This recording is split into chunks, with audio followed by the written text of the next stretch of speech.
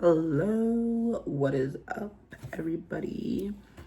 I'm Tash, and welcome back. Welcome if you're new. And today we're going to be talking about the beautiful and gone too early Selena Quintanilla. So, she was born on April 6th in 71. And she tragically passed in March of 95. So, the very end of March 31st, 1995. So at 11:50 a.m. on March 31st, the Corpus Christi Texas police got a 911 call from a girl at the Days Inn lobby. And she says, a woman has been shot. And she just collapsed here in the lobby. And at 1:05, less than 90 minutes after that call, Selena Quintanilla was pronounced dead at the age of 23. She died from her injuries after a gunshot from the president of her fan club, Yolanda Silvania. Yolanda. I'm not going to try to say her last name. So this was literally just 2 weeks before Selena's 24th birthday.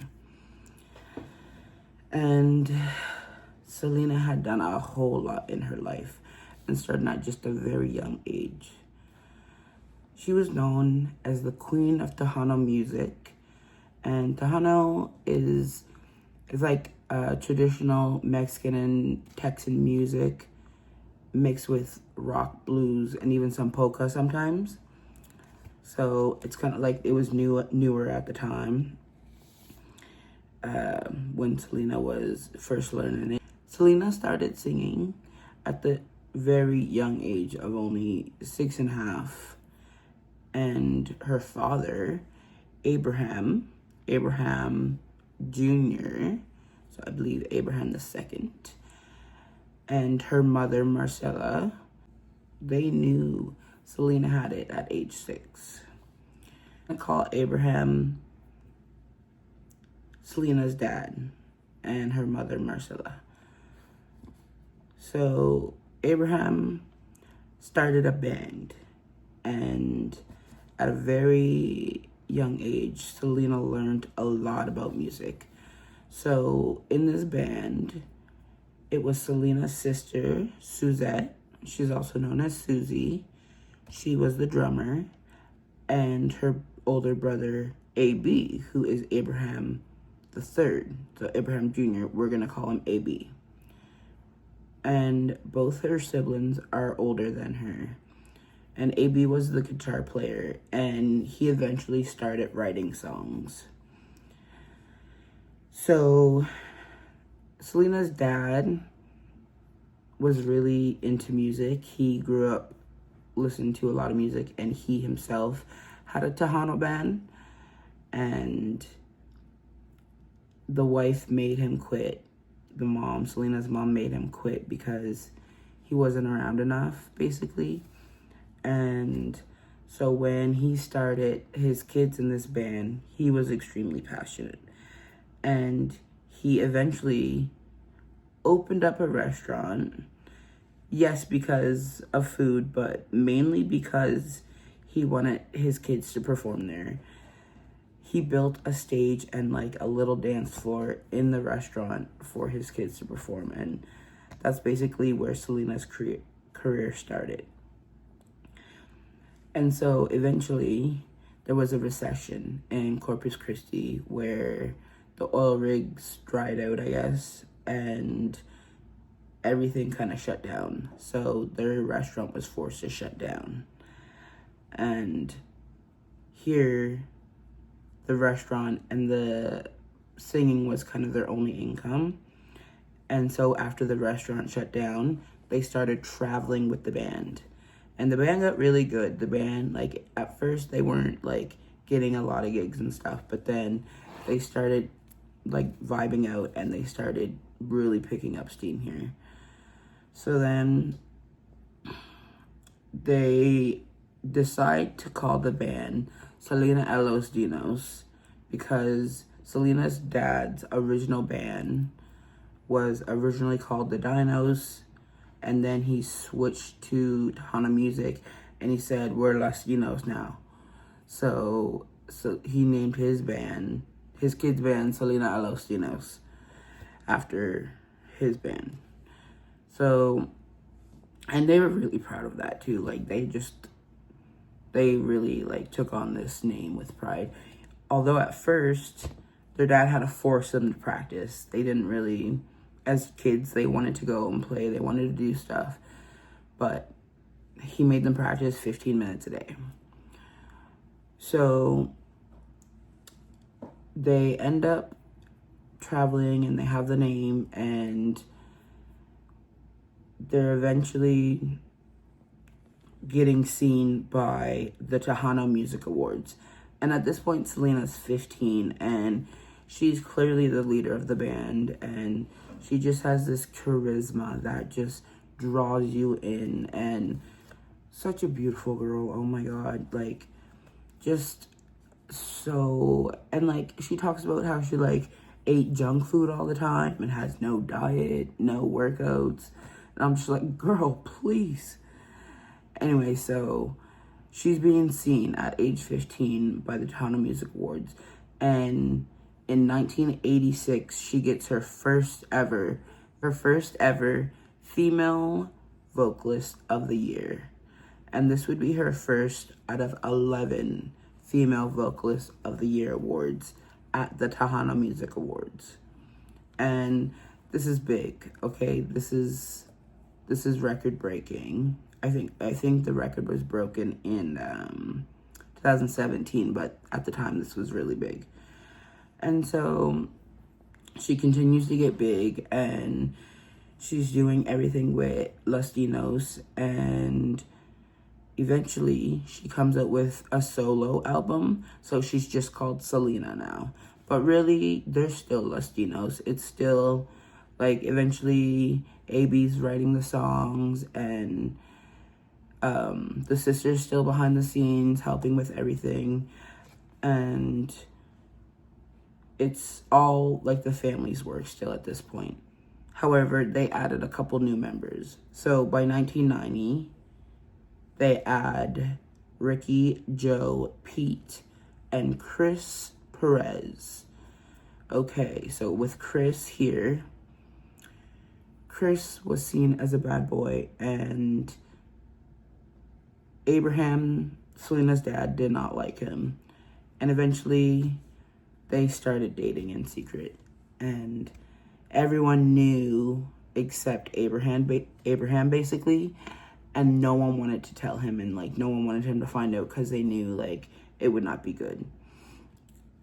And at this time, Selena has taken Spanish lessons, because although she's learning the songs in Spanish, she can't necessarily speak it fluently, and, like, she's kind of getting criticized by Spanish speakers that she can't speak it, but she can sing it. So she went out of her way to learn the language fluently to be able to speak and not just sing. Okay, so she's secretly dating Chris, and Abraham hates him. And they're really in love with each other, okay? This is young love at its finest. It feels like they really had films for each other. And by 1992, Selena and Chris elope, okay? So they run off, and they're married at a city hall, I believe. And this instantly gets out on the radio, and the whole family find out, and they avoid the family for a couple days. And when they do, Selena talks to Abraham, her dad. They have a long talk, and they bring Chris in, and after this long talk, everything is fine. Like, at first, Abraham kind of went wild, and he like didn't want this to go on, but I guess Selena explained like how much she loves Chris, and instantly he was a part of the family and he was included in Selena's life. So they eloped in 92, but before that, in 91, she actually got a deal with Coca-Cola. So she did a Coca-Cola commercial, which this was huge, right? Pepsi and Coke commercials back in the day. Like, if you think of anyone in the Pepsi and Coke commercials, that was big. That was really big. And she actually loved Coke herself. She loved drinking Coca-Cola. And then she also performed at the Astrodome 3 times. She got a Grammy for the Best Mexican-American Album. And this was really big because she was the first ever female to win this award. Because Tejano music is dominated by men and male groups, starting even before they started in the 80s. It was a male-dominated music category, and Abraham knew Selena had something to catch the people's attention, and he pushed it, you know what I mean? He gave it. He wanted to make them the next Jacksons, for real. And so when Selena got that Best Mexican-American Album as the first female at the Grammys, that was massive. And that was all before 94. So by 94, she opens her own boutiques. So this whole time, Selena is making her own clothes and costumes. All behind the scenes, it's between her mom, and her sister, Susie. So they're making everything by hand. They're sewing all the bedazzles on. She's putting everything on by herself. There's one outfit, I'm going to try to see if I could find it, where one side is way more bedazzled than the other because she ran out. And I think she did the boots first, and the boots are really covered. It's the white boots and then the white bustier. She ran out of white beads here. And this is like she did it all herself. So she opened her boutique, and this was clothes, jewelry, and a salon. She absolutely loved, like, if anything, I would say she loved it more than the music. I mean, I'm trying to lower my voice. But obviously she was an incredible musician. However, fashion was her thing, okay? And, like, if you just look at some of her most iconic outfits, oh my God. Especially here, I'll talk about this in a minute here. Her very last show. So, February 26th, 1995 was her last show at the Houston Livestock Show. And this is the iconic purple sparkly bodysuit. You know exactly what one I'm talking about, right?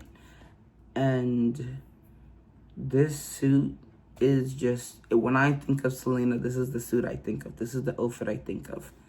With the red lip, oh my God.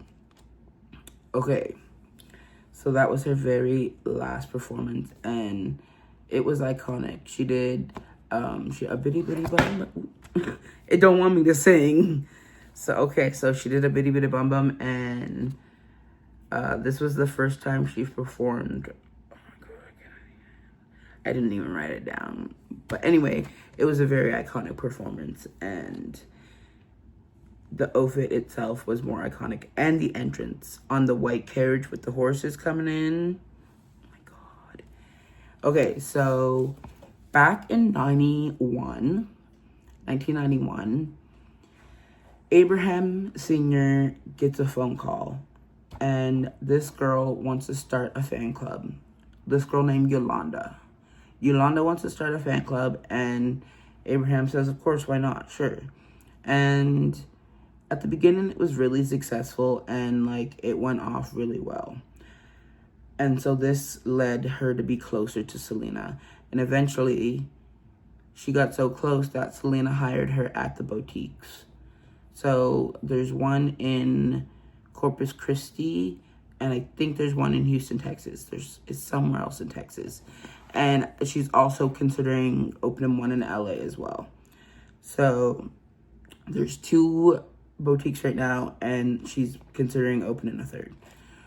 And she hires Yolanda to like work at these boutiques.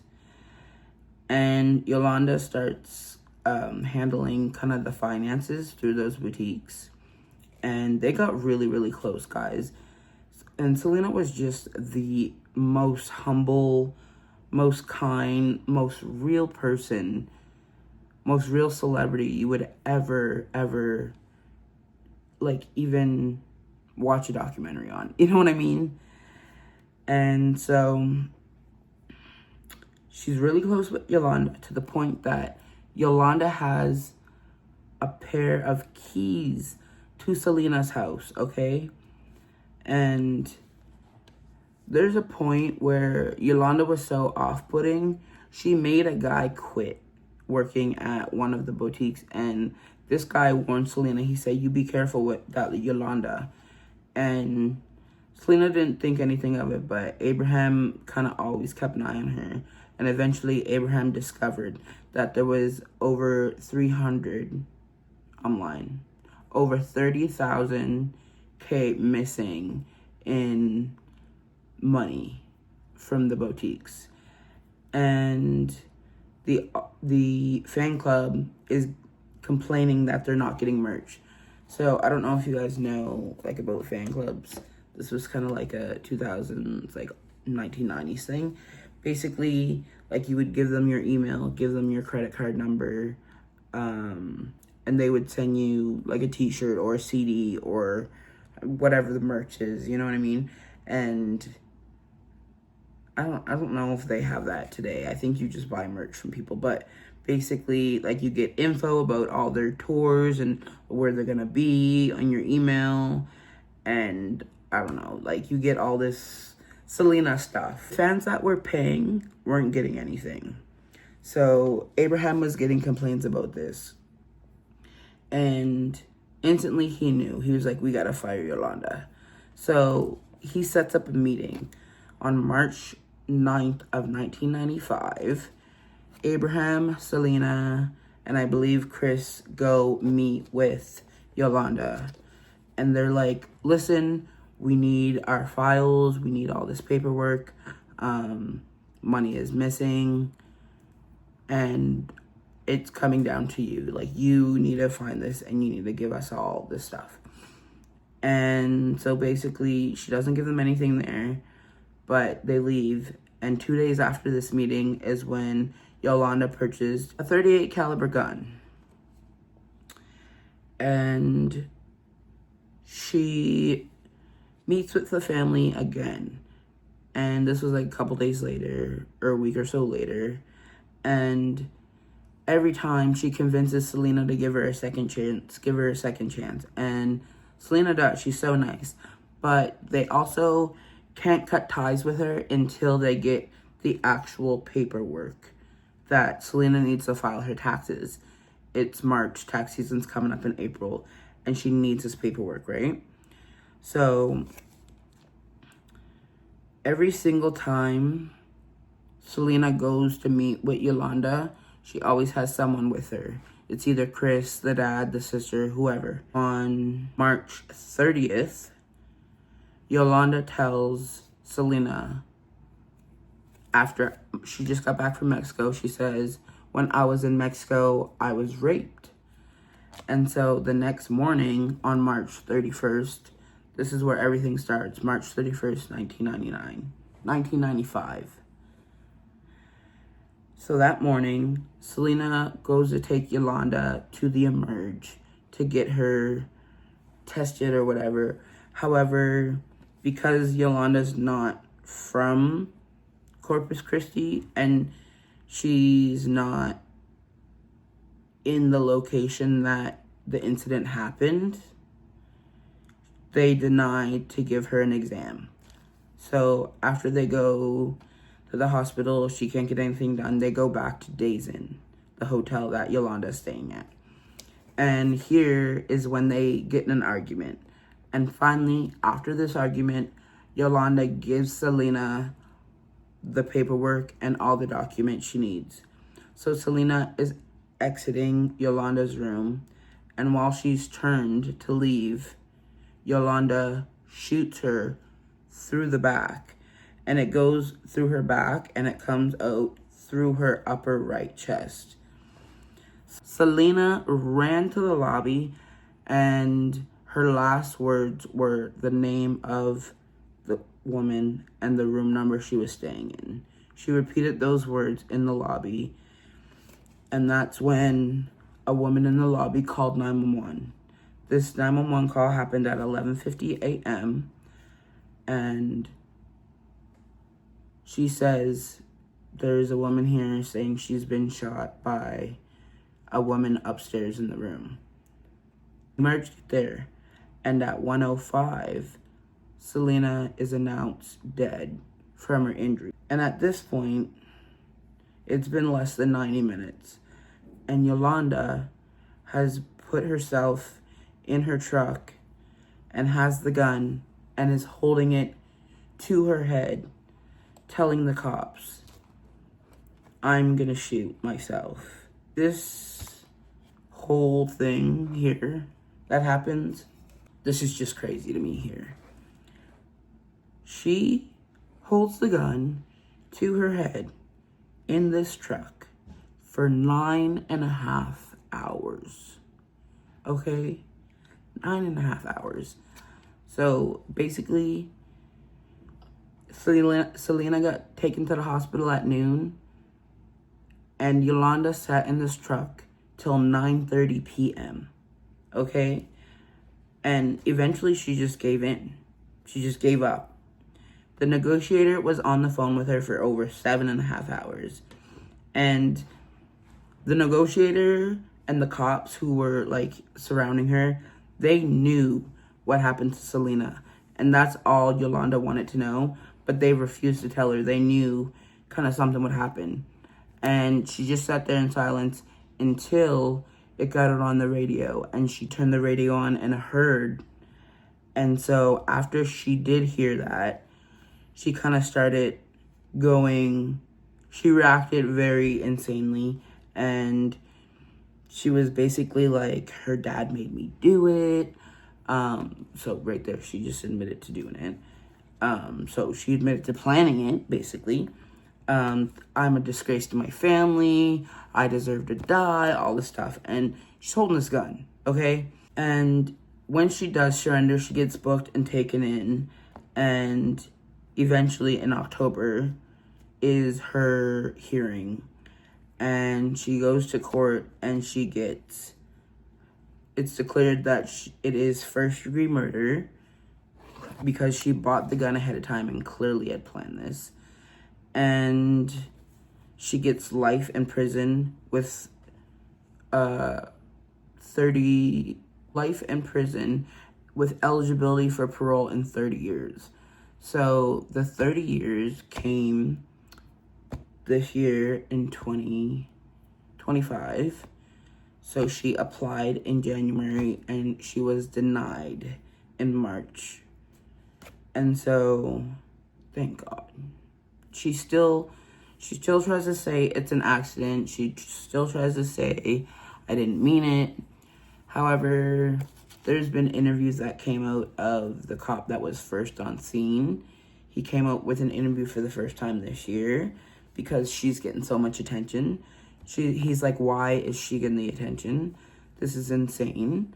So, like, I gotta come and clear things up. She meant it, and she did it, and this is what she said while she held that gun to her head. And then he also is eligible to apply for parole in 5 more years. So, 2030, which hopefully she will get denied again. But the more important thing from this is the legacy that Selena left overall, okay? And this was massive.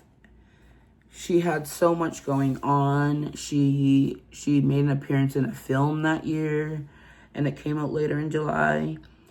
She was working on the Dreaming of You album that came out in July of 95, and that album it's like half Spanish, half English, I believe.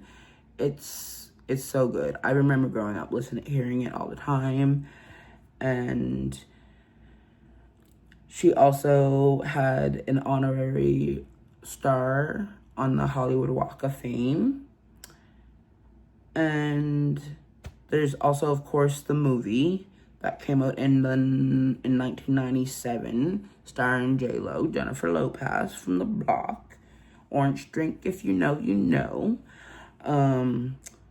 But that movie was a huge success. However, the family were basically forced to make it because Hollywood was going to make it regardless, and if they didn't participate, they kind of knew they would, like, twist the story and stuff. So the family participated in making that movie kind of unwillingly, but they knew they wanted it done right, so they had to do it, basically. And Abraham, the dad, was one of the executive producers on that. And then there's also the Netflix series. It's called Selena the Series. And it's a 2-seasoner. I think it came out in 2020, like right around the pandemic. Pandorama.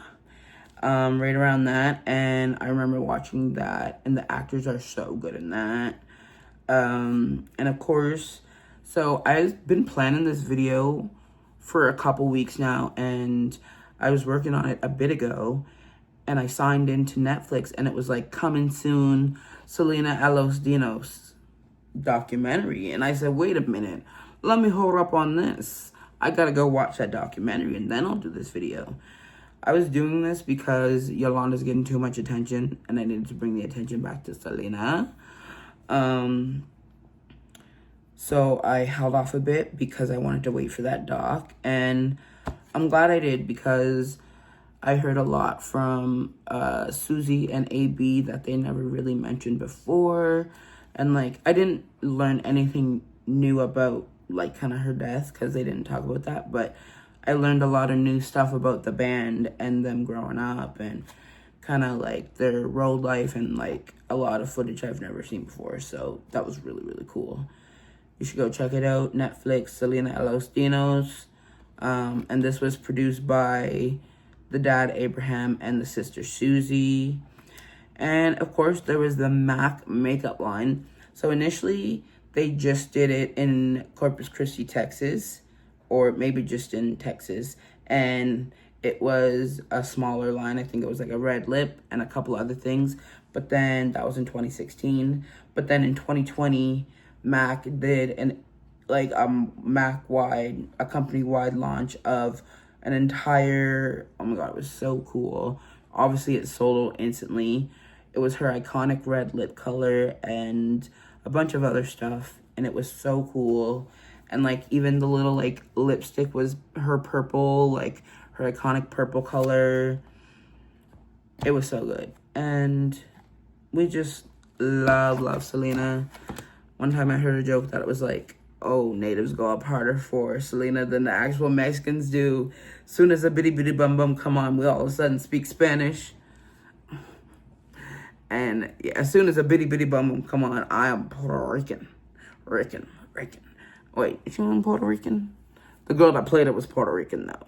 Okay, yeah. That was a